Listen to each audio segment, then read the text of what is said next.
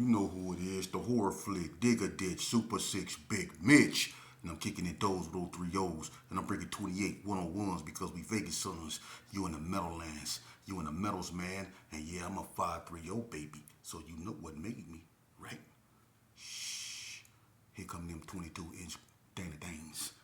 Bang! There they go, man. Nah. Welcome to Vegas Chronicle with the host, Super 6, Big Mitch. And I like my intro. I don't care what nobody say. Nah, I'm just playing. Welcome to Vegas Chronicle, man. And today, like any other day, you know what we do. We kick actual factuals, man. I've been doing a lot of interviews, man. Shout out to DJ FOS, man. We did this interview. Y'all go check that out over there at DJ FOS, DJ Foss, Streets of Vegas, man.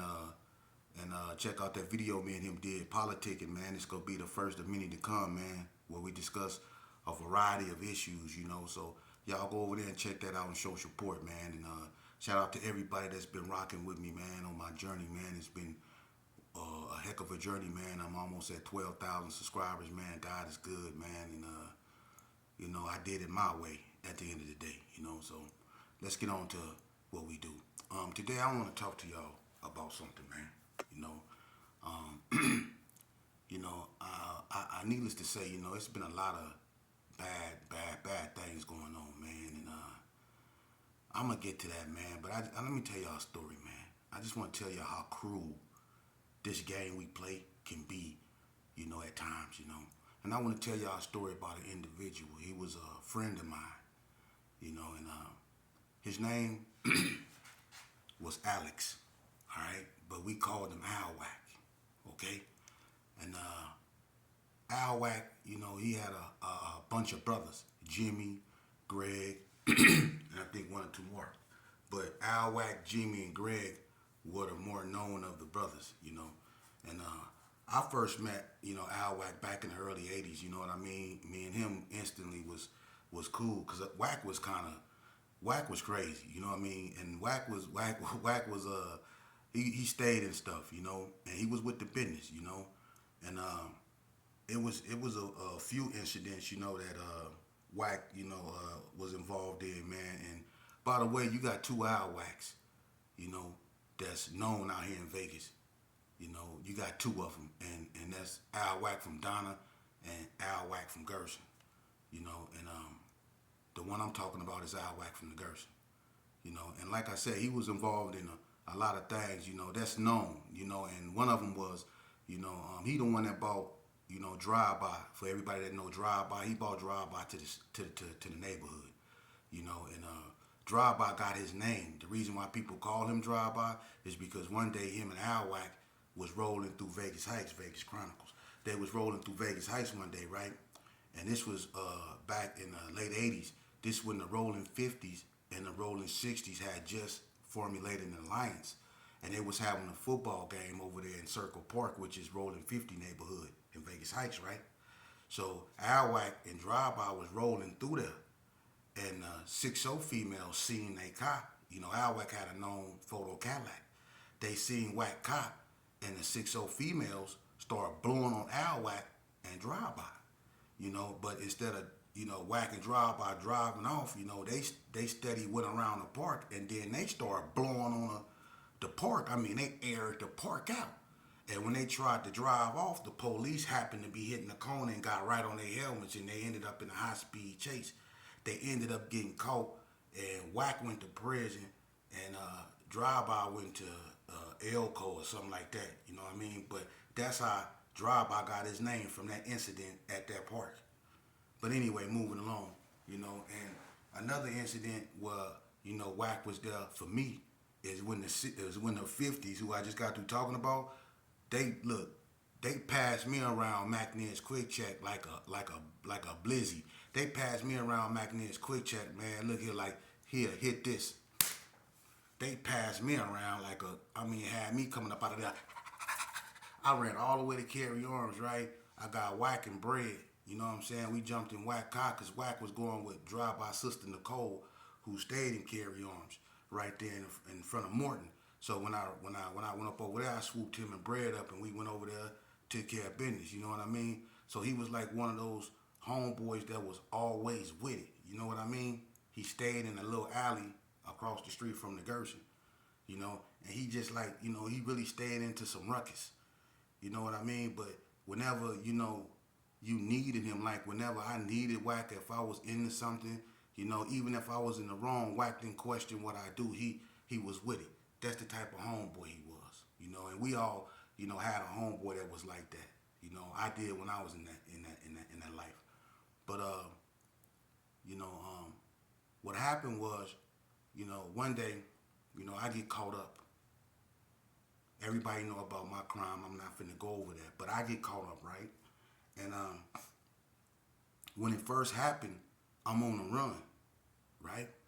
And it was very few people that would even mess with me, man. That's why I say, when you in this lifestyle or in that lifestyle and you do something, you really find out who is for you and who not, you know?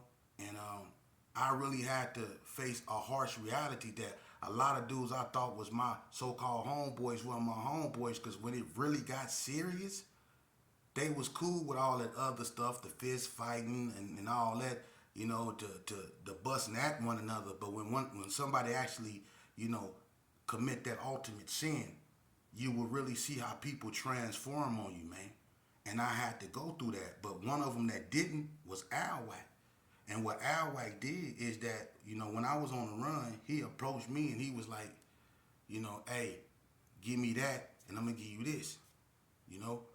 And, you know, I was like, no, because what he tried to give me was faulty, you know. I mean, I was like, I don't want that, you know what I mean? And he was like, well, you got to get rid of that. You know, and you know me being young and dumb, I'm not thinking like that, you know. But I was like, no, because what he was trying to give me, you know what I'm saying? It had a faulty pen.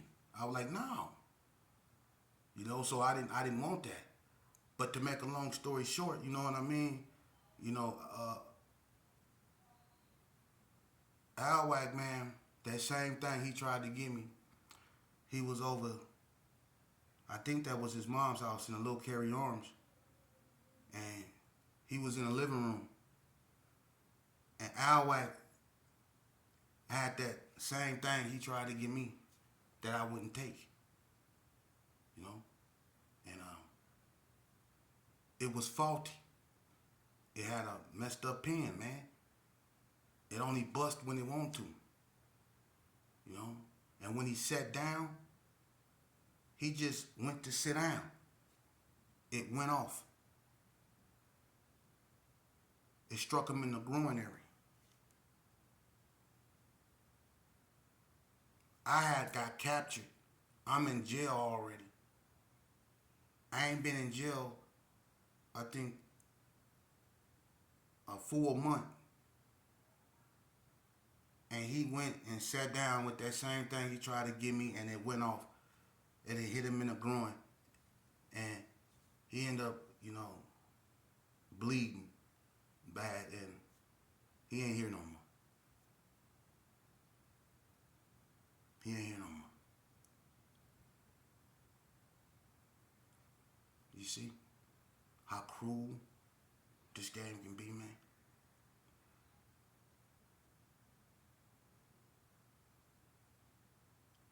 You know, it's a lot of stuff going on now out here. And I can't make this stuff up, man. I've lost so many people in the last just couple weeks. It's not even, life is so cruel sometimes. Right now as we speak, it's mothers over here that's torn because life is so cruel. That's why I do these videos. For anyone that's been following me, I always try to send a clear message on the danger that lurks out there in those streets, man. I can't stress it enough, and it makes me feel as if my words are falling on deaf ears, and because I know, I mean, my platform ain't big. Everybody ain't listening to me. People, everybody don't agree with what I do or say.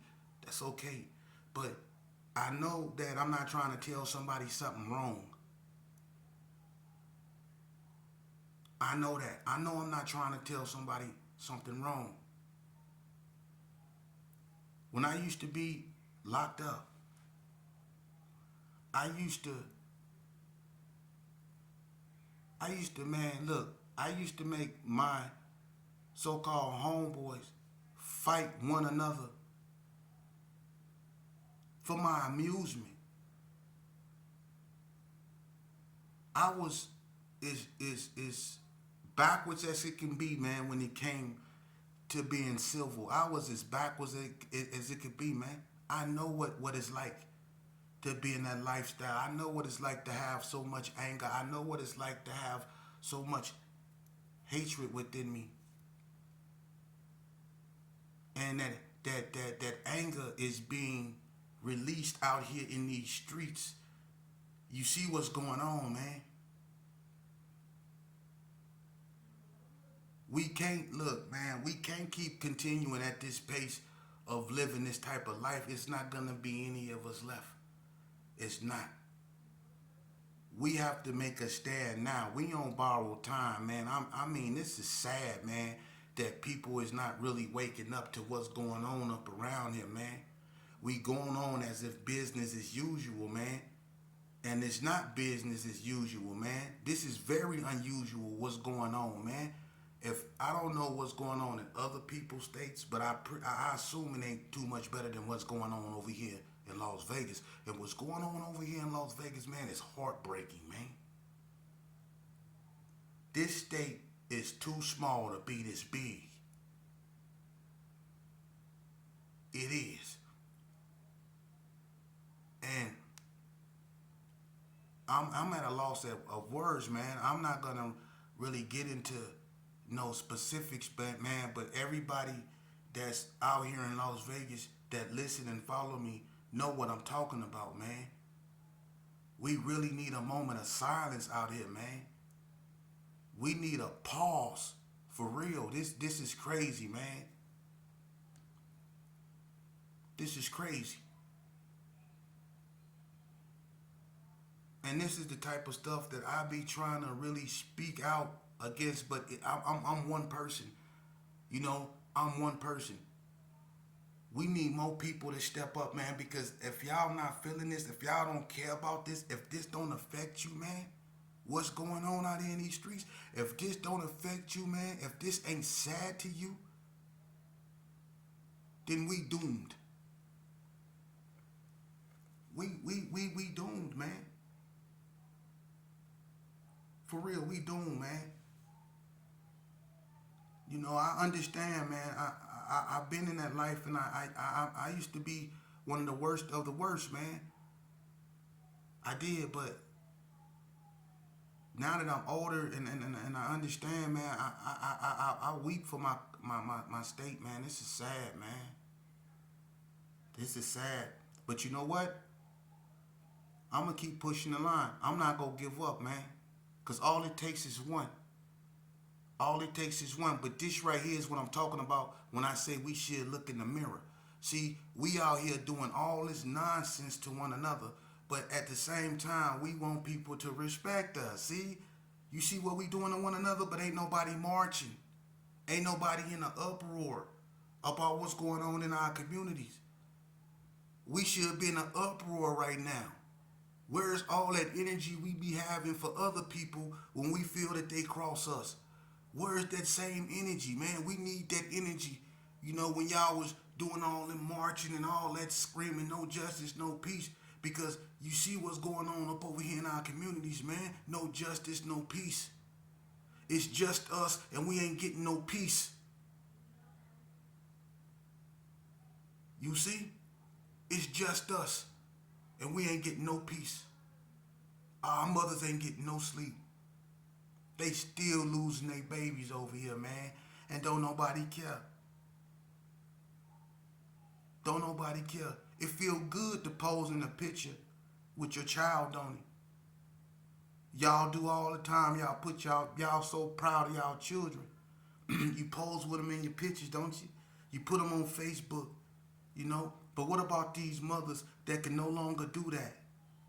You see? What about the mothers that can no longer do that? We not receptive to them, huh? We go on as if nothing happened. I'm gonna tell you something, man. We need to address this sick curriculum going on in our communities, man. It's a mental mental curriculum, man, that's destroying our communities, man. For real. It is. It's tearing our communities apart because we have become totally mute to our own self-destruction. We have become mute to our own demise. We won't even confront the obvious elephant in the room, which is ourself.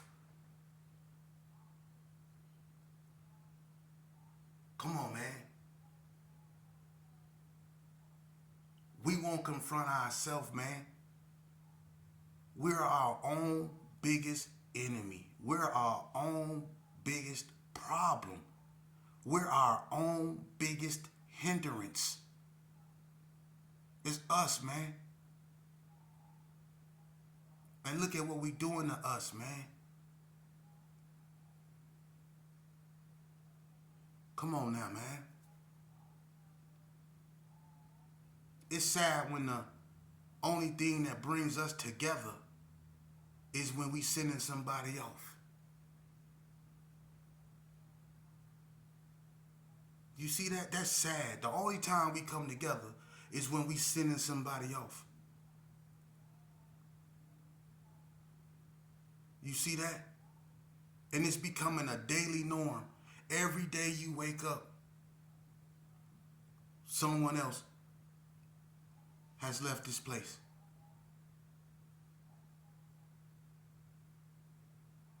It's so sad, man. You know, it's so sad. And it's to the point now where Las Vegas is taking on a whole nother face because people that's originally from here, we so scarish now. And our seeds, all that, they're being affected in a negative way. It's just bad, man. And when I do these videos, man, you know, I don't do these videos, man, for views. I don't do these videos for popularity.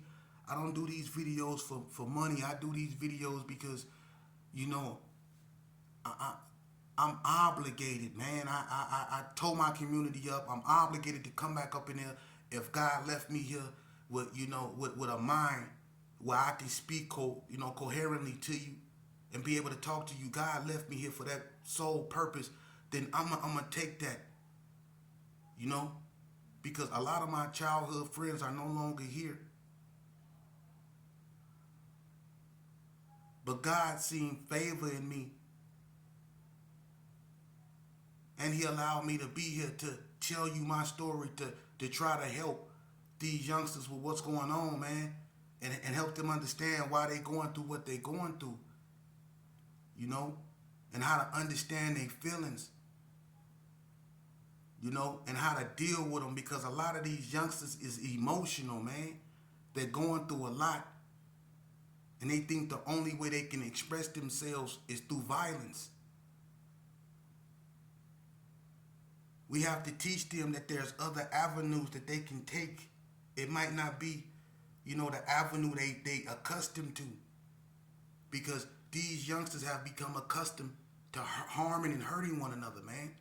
We have to teach them that there's other avenues that they can express themselves in that's most safer, not just for them, but for their surroundings, man. You know? We got to change the mindset of these youngsters, man. We do. Why is our children leaving the house with a me versus them or us versus them type of mentality? We have to change this narrative, man. And we can't do it walking around talking about what used to be or what could have been. Criticizing other people that's trying to do the right thing. We not going to get nowhere doing that. We have to really roll our sleeves up, man, lace up our boots and get out here and save our children, man. If we love them. It ain't no one else's job. That's our job, man. And I'm going to keep bringing this here. I'm going to keep bringing this here. Because all it takes is one. You know? We have to do away with this animosity that we have and quit in this. I mean, come on, man. There's so many people, you know, that you know, and I'm not naive. I know that, you know, behind my back because of what I'm doing, but that's cool because when they stop doing that, that's when I worry, man. I knew what I was doing when I decided to take this journey. I knew that the devil was going to hit me from all sides. I knew that he was. I expect him to. But that's not going to deter me, man. It's not. God deemed me worthy of being saved. So I feel that every youngster that I come across, every youngster out there, I don't care how bad or how whatever they seem, I believe they worthy of being saved. And I believe as an elder, it's my job to tell them the truth about this game they playing. This is not peaches and cream. This game is not going to be loyal to you. This is an illusion. It's deceivery. Get away from them dudes you around, man. Get away from them dudes, man. You know? Get out those streets. Get in them schools. Put your face in them books, man. Learn to develop your mind. Don't neglect your mind, man. But don't allow your mind to be filled with this bull crap that you see out here in these streets. Don't allow that to become your daily norm. Don't allow that to become your perception. Put your face in them books and develop your mind. Give it the nutrients it needs to give you a better chance at succeeding in a normal way in society. You see? You don't need to be in the gang. All you need is a gang of common sense. That'll get you to where you need to be. For real. You know? And hopefully one day I can go into the schools where they're bad and where a lot of this stuff is going on. Hopefully I can go into the juvenile system. I'm willing to do that. I speak these youngster language. I've been where they are. I've been where they headed. And given the chance, I know I can make an impact.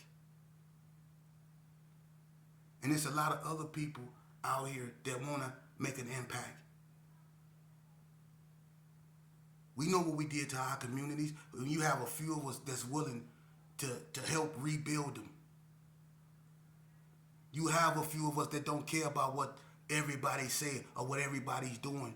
We know how to focus on the task at hand, which is saving our youth, rebuilding our communities, rebuilding the curriculum, you know, changing the culture for the better, reinstilling self-esteem back in ourselves, back in our children, because that's what's lacking. And a lack of self-esteem leads to a lack of self-image. We have to, look, man, this isn't something we can't afford to continue on this route, man. We can't. We either go get right or we go perish. And it's frightening when so many people in so short of a time span has left here, man. It's scary. It is really scary, man. The last couple of days I've been laid up with my hand on my head like this here because bad news just keep coming back to back to back to back to back to back. And you can't even listen to the internet without hearing some form of bad news. It's all around us. It is. So if you have someone that you dearly love in your life, Now's the time to tell them and show them that you love them. Squash all these petty beefs. If anyone out there feel that I have any issue with them, I'm telling you right now, right here and right now, I don't. Life is too short to be having beef with anyone right now at this point. And if I've offended anyone with anything I've said in the past, I apologize. I really do. Because life is too short to be bickering. It is.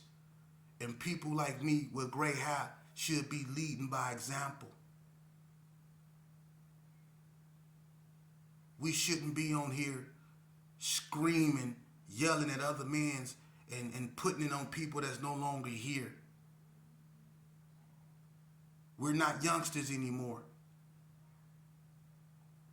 We got to start acting our age, man. That's just as simple as that, man. You want to be respected, you got to first start respecting yourself. For real. You have to really become comfortable with the fact that the only thing in life that will ever define you will be your actions. So therefore, you should make sure that your actions are a direct result of what you are, not what other people want you to be. I've played those characters that people called me, and they only led me to institutions.